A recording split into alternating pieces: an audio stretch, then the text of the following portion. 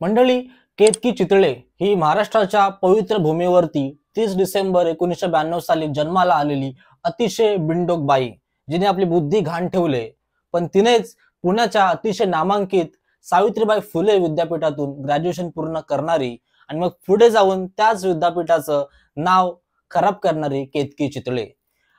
तुझा माझा ब्रेकअप, सास बिना ससुराल, लक्ष्मी सदैव मंगलम आणि भोबो अशा छोट्या मोठ्या चित्रपटातून आपलं पोट भरणारी आणि मग नंतर इंस्टाग्राम युट्यूब वरती येऊन मराठी भाषेवरती, महाराष्ट्रावरती, शेतकऱ्यांच्या नेत्यांवरती अतिशय घाणेरड्या टीका करणारी ही बिनडोक केतकी चितळे.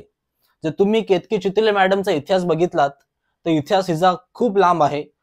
कशा प्रकारे तिला आतापर्यंत अद्दल घडली, पण ते म्हणतात ना, कुत्र्याची शेपूट ती वाकडी कधीच सरळ होत नाही, तशी ही केतकी चितळे.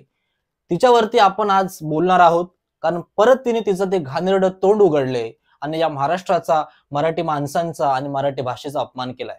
तो नमस्कार, मी प्रतीक वाघमारे. जर पहिल्यांदा मित्राच्या युट्यूब चॅनलवरती आला असाल तर कळकळीची विनंती आहे, व्हिडिओच्या खालचं सबस्क्राईबचं बटन दाबून घ्या आणि मित्राच्या युट्यूब चॅनलला पटकन सबस्क्राईब करून घ्या.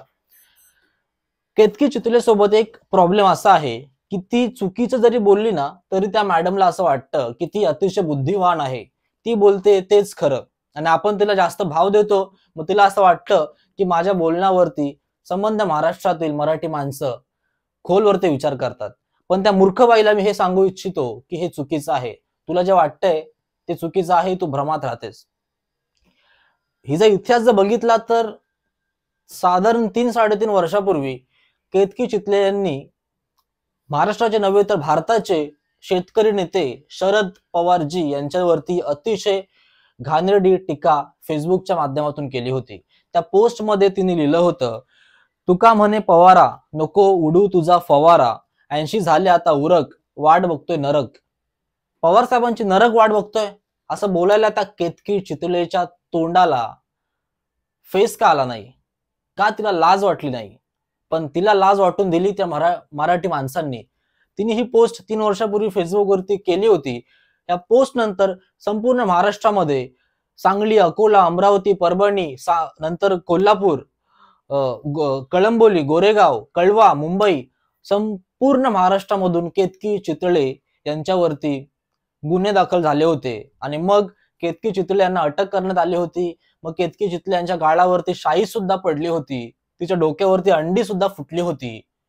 मग हे सर्व बघून कुठेतरी असं वाटलं की अंडी पडल्यावरती, थोडावरती शाई पडल्यावरती केतकी मॅडमची बुद्धी जागेवरती येईल, ती कुठेतरी सुधरेल. पण तसं मुळीच झालं नाही. मागेच काही दिवसापूर्वी ती जेलमधून बाहेर आली होती. जेलमधून बाहेर आली, बघून छान वाटलं की चूक सुधारेल, परत असं तोंड उघडणार नाही आणि महाराष्ट्राचा अपमान करणार नाही. पण काल का परवाच पुन्हा एकदा त्यांनी तीच चुकी केली. कुठल्या तरी युट्यूब न्यूज चॅनलवरती आली आणि बोलत होती की समोरचा जर मराठी नाही बोलत तर याने काय भोकं पडणार आहेत. तो मराठी बोलतोय, तमिळ बोलतोय, इंग्लिश बोलतोय, यांनी महाराष्ट्रातील मराठी माणसांच्या जीवनावरती, त्यांच्या आयुष्यावरती काहीच परिणाम होत नाही.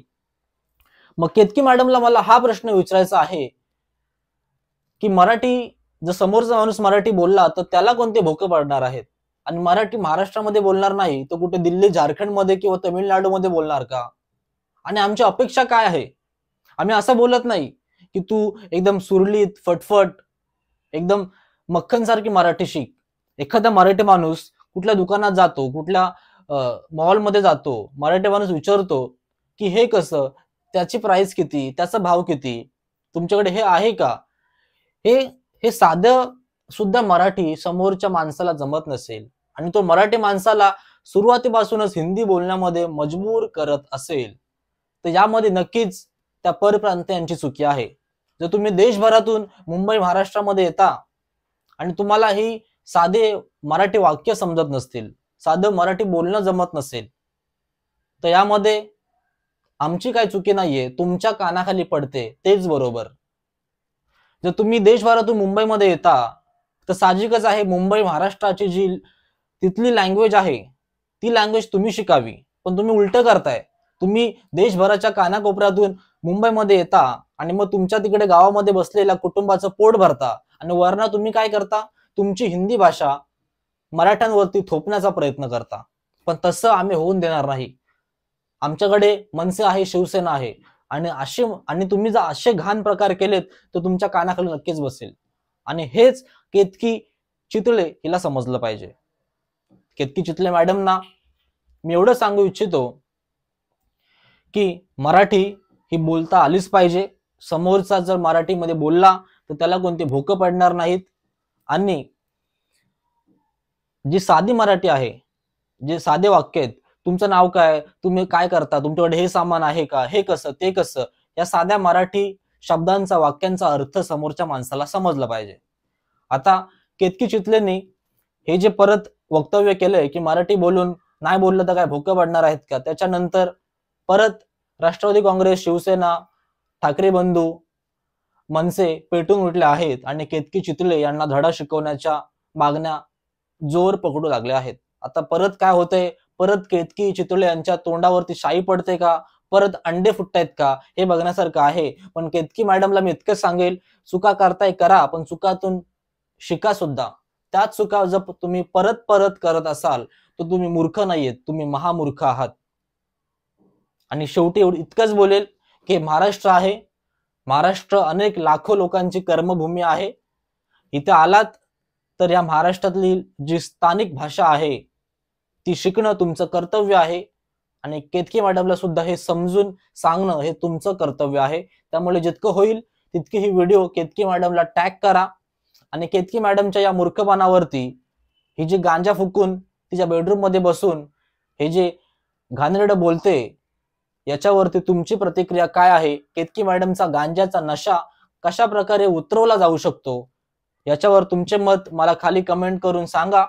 व्हिडिओ आवडले असेल नक्की लाईक करा आणि जर मित्राच्या युट्यूब चॅनलला सबस्क्राईब केलं नसेल तर पटकन व्हिडिओच्या खालचं सबस्क्राईबचं बटन दाबून घ्या आणि मित्राच्या युट्यूब चॅनलला सबस्क्राईब करून घ्या. जय महाराष्ट्र.